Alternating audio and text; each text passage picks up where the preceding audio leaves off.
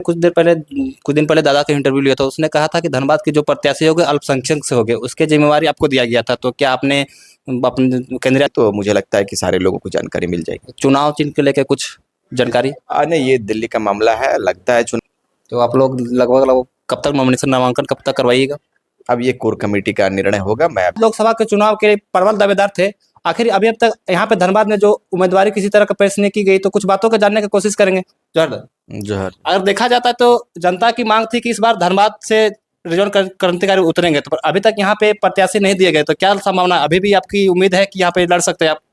नहीं, सबसे पहले तो आपके श्रोताओं को, आपके चैनल के जो देखने वाले लोग हैं, सारे जनता को मैं इस बात को बताना चाहूँगा कि तमाम लोगों ने, अभी भी लोग कह रहे हैं और हमने कहा है कि मेरी पहली प्राथमिकता है कि मैं सबसे पहले गिरिडीह पर बात करूं। गिरिडीह फतह होगी तो हमारी पार्टी का एक बड़ा मजबूती आएगा, पार्टी हमारी मजबूत होगी।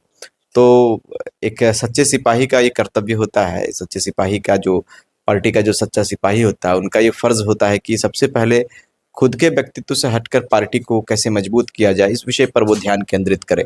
तो हमने शुरू से इस विषय पर ज़्यादा फोकस किया है। और चूंकि पब्लिकली डिमांड रहता है, पब्लिकली ये बात पब्लिक के द्वारा किया गया है, लोग हमारे घर में भी आए, लगातार फ़ोन से संपर्क भी करते हैं कि दादा आप आएँ, लेकिन ये लोगों का प्यार है। हमने कहा है कि इस प्यार को बरकरार रखना है और हम लोग 2024 के लिए बेहतर रूप से हम लोग पूरे राज्य में बदलाव कर सकते हैं। नहीं, जैसे आप लोग बार बार बोलते थे कि हम लोग जो जनता बोलेगी वो करेंगे, पर जनता तो बोल रही है कि आप लोग धनबाद से चुनाव लड़िए, फिर आप लोग क्यों नहीं लड़ रहे हैं? देखो, धनबाद लोकसभा एक बड़ा सेंसिटिव क्षेत्र रहा है और हमारे पास अवधि भी बहुत कम है और कहीं ना कहीं मुझे लगता है कि 35 दिन 37 दिन का अवधि हमारे पास बचा हुआ है और इस दरमियान यदि बेहतर प्रदर्शन मुझे करना है तो अगर मैं किसी का समर्थन भी करूं तो वही काम को कर सकता हूं जो मैं खुद चुनाव में आकर कर सकता था। तो हमने कहा है कि जो केंद्रीय कमेटी का निर्देश होगा, केंद्रीय कमेटी जो बेहतर समझेगी, हम लोग उस पर बात करेंगे। लेकिन अभी यदि कंडीशन कुछ और होता है तो कंडीशन के हिसाब से कहीं कहीं बात होती है। जैसे मैंने कुछ दिन पहले दादा का इंटरव्यू लिया था। उसने कहा था कि धनबाद के जो प्रत्याशी हो गए अल्पसंख्यक से हो गए, उसके जिम्मेवारी आपको दिया गया था। तो क्या आपने अपने केंद्रीय अध्यक्ष को सौंप दिए कि जो उम्मीदवारी किसको दिए आप? नहीं, वो उसकी प्रक्रिया हो रही है। जल्द ही उसकी औपचारिक घोषणा भी हो जाएगी। यदि मैं लड़ूंगा तो मेरी घोषणा होगी या हमारे कोई अल्पसंख्यक भाई रहेंगे तो उस पर भी घोषणा मतलब ये तय माना जैसे वहां से अल्पसंख्यक ही आएंगे? बिल्कुल, वहाँ से अल्पसंख्यक आएंगे चूंकि हमारा गृह क्षेत्र रहा है। और हमने कहा है कि, और टाइगर जयराम दा ने भी हमेशा कहा है इस बात को कि जिसकी जितनी आबादी है, आबादी के अनुपात हिस्सेदारी भी मिलनी चाहिए। कोई पार्टी दे चाहे नहीं दे, हम लोगों ने चूंकि देखो, आप जयराम की बात करें, रिजवान की बात करें, तो हम लोग एक समान विचारधारा के साथ में बड़ भाई छोटे छोटे भाई के हिसाब से हम लोग चलते हैं। और राज्य की बेहतरी के लिए जो सारे समुदाय को कैसे स्थिर किया जा सके, सारे समुदाय को एक पथ पर कैसे लाया जाए, इस विषय पर भी हम लोग लगातार चिंतन करते हैं। चुनाव लड़ना मात्र हमारा नहीं है, हमने शुरू में ही कहा था, हमारे शुरुआती दौर में भी आप देखोगे तो आपने देखा होगा कि हमने चुनाव पर फोकस नहीं किया था, लेकिन स्थिति परिस्थितियों ने मुझे इस जगह पर लाकर खड़ा कर दिया है। और आप कह सकते हो कि कभी भी जयराम भाई भी ने ये नहीं कहा था कि मैं चुनाव लड़ूंगा, लेकिन स्थिति ऐसी बन गई कि चुनाव, लेकिन मैंने कहा है कि यदि स्थिति बनी है तो हम लोग बिल्कुल बेहतर रूप से, हम लोग लोकसभा पर जितने लोग आएंगे, लोकसभा पर भी मजबूती रहेगी और उससे ज्यादा मजबूती, जो 4 गुना मजबूती होगी, वो आने वाले विधानसभा में होगी। नहीं, ऐसे माना जाता है आप लोग अपने आप को क्रांतिकारी बोलते हैं, तो एक क्रांतिकारी चुनाव नहीं लड़ते, तो फिर आप लोग चुनाव क्यों लड़ रहे हैं? अरे नहीं, क्रांतिकारी विचारधारा के साथ में हमने कहा है कि क्रांतिकारी होना और एक क्रांतिकारी विचारधारा को मन में उत्पन्न करना, इसमें बहुत फर्क होता है महोदय। हमने कहा है कि भगत सिंह के विचारों को हम रख सकते हैं, हम भगत सिंह नहीं बन सकते। हम सुभाष चंद्र बोस के सिद्धांतों पे चल सकते हैं, सुभाष चंद्र बोस नहीं बन सकते हैं। सुभाष चंद्र बोस, गांधी जी ने कहा था कि हिंसा नहीं करें, है ना, अपने आप को अहिंसावादी कहा है।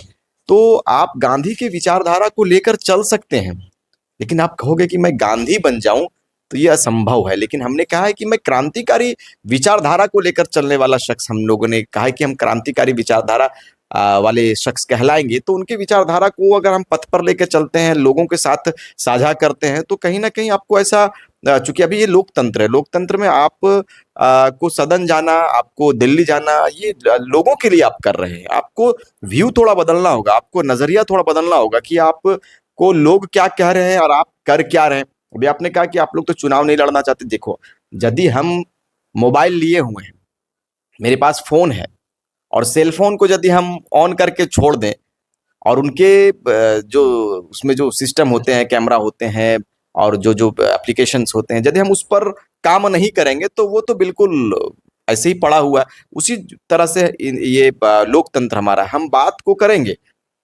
अधिकार पर बात करेंगे, हमें अधिकार मिलना चाहिए, ये होना चाहिए, वो होना चाहिए, लेकिन जब तक हम सदन जाएंगे नहीं तो उस पर मुहर कैसे लगेगी। जैसे कि आप लोग को पहले जो शुरुआती आंदोलन था वो विधानसभा को लेकर था, आप लोग अचानक ये लोकसभा में कुछ कर गए, तो क्या नहीं लगता ये कुछ जल्दीबाजी है आप लोग को चुनाव में उतरना?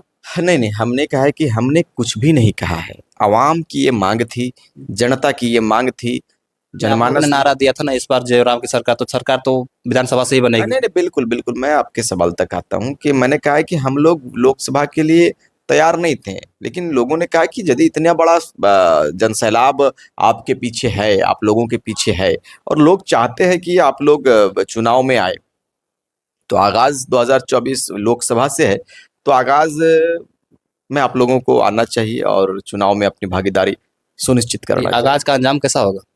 बिल्कुल बेहतर है, हमारा कारवां सज गया है, हम लोग लगातार कैंपेनिंग कर रहे हैं, लगातार 2 बजे 3 बजे रात तक हम लोग आते हैं, फील्ड में रहते हैं, लोगों के बीच में रुझान है, आप भी कवर कर सकते हो, लोगों का रुझान है, इस बार बदलाव होगा और बेहतर बदलाव होगा, तो बड़ा बदलाव हम होगा। कुछ दिन पहले जेएमएम की इंटरव्यू लिए तो उसके कार्यकर्ता लोग तो बोल रहे थे इस बार जो आप लोग का समुदाय है वो तो कांग्रेस की ओर इस बार भी झुक रही है। नहीं नहीं, मैं कहूँगा कि आप पता कर लीजिए, पता करके आपको सारा तस्वीर आप साफ कर लोगे कि इस बार मुस्लिम का जो रुझान है वो किधर जा रहा है। क्योंकि आप ये कहीं ना कहीं ये सत्य है कि आप जिस कैंडिडेट को झारखंड मुक्ति मोर्चा ने दिया है, वो कैंडिडेट लोग स्वीकार नहीं रहे। इसलिए नहीं स्वीकार रहे कि आपको टुंडी विधानसभा दिया गया महाशय, आपने क्या किया?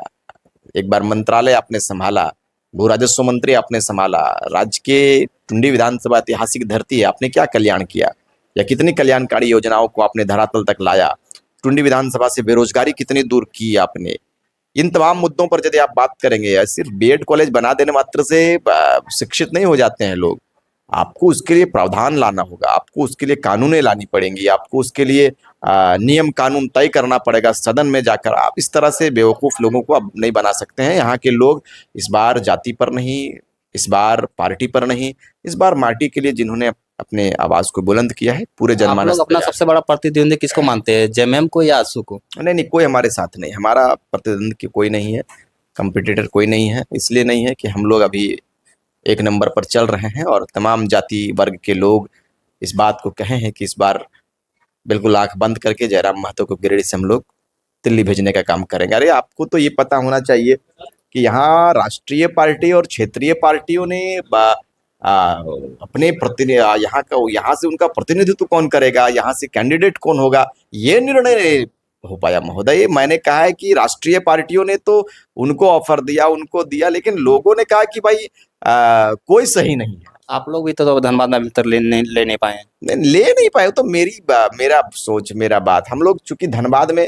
कुछ नया करना चाहते हैं, धनबाद हमारा आंदोलन की शुरुआती वाली भूमि रही है, तो हम लोग चाहते हैं कि यहाँ से बेहतर हो, और वही बेहतर की तलाश में विलंब हो रहा है। तो जैसे हम गांव में तो जाते हैं तो आप लोग को ठीक रुझान देखने को मिलता है, जैसे जैसे हम शहरी क्षेत्रों में जाते हैं आप लोग को कुछ वहाँ पे कनेक्टिविटी कम नजर आता है, तो इसका कहीं ना कहीं आप लोग को तो चुनाव में खामियाजा भुगतना पड़ सकता है। नहीं नहीं, हमारा कार्य शहरों में भी हो रहा है, वार्ड में भी हो रहा है लगातार। आप बलियापुर क्षेत्र चले जाओ, सिंदरी चले जाओ, आप धनबाद वासीपुर चले जाओ, या फिर इधर बाघमारा के क्षेत्रों में यदि आप भ्रमण करोगे, आप सर्वे करोगे, तो आपको पता चलेगा सारी जगहों के लोग हमसे कनेक्ट हो रहे हैं और बेहतर रूप से रिजल्ट देने के लिए तैयार है।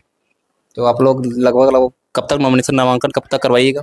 अब ये कोर कमेटी का निर्णय होगा, मैं अभी कुछ कहना जल्दबाजी होगी हमारे लिए। जब नॉमिनेशन की बारी होगी या नॉमिनेशन की औपचारिक घोषणा जब होगी, तो मुझे लगता है कि सारे लोगों को जानकारी मिल जाएगी। चुनाव चिन्ह को लेकर कुछ जानकारी? नहीं, ये दिल्ली का मामला है, लगता है चुनाव चिन्ह यदि आता है तो भी ठीक है, नहीं तो चुनाव चिन्ह हमारा खुद का एक बड़ा चेहरा है, हम अपने चेहरे के अनुसार लोगों के बीच में जाकर समझा सकते हैं और थोड़ा देर के लिए लोगों को असुविधा होगा तो हम लोग उस पर काम भी करेंगे।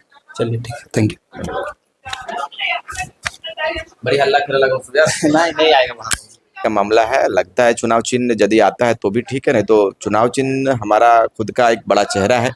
हम अपने चेहरे के अनुसार लोगों के बीच में जाकर समझा सकते हैं, और थोड़ा देर के लिए लोगों को असुविधा होगा तो हम लोग उस पर काम भी करेंगे।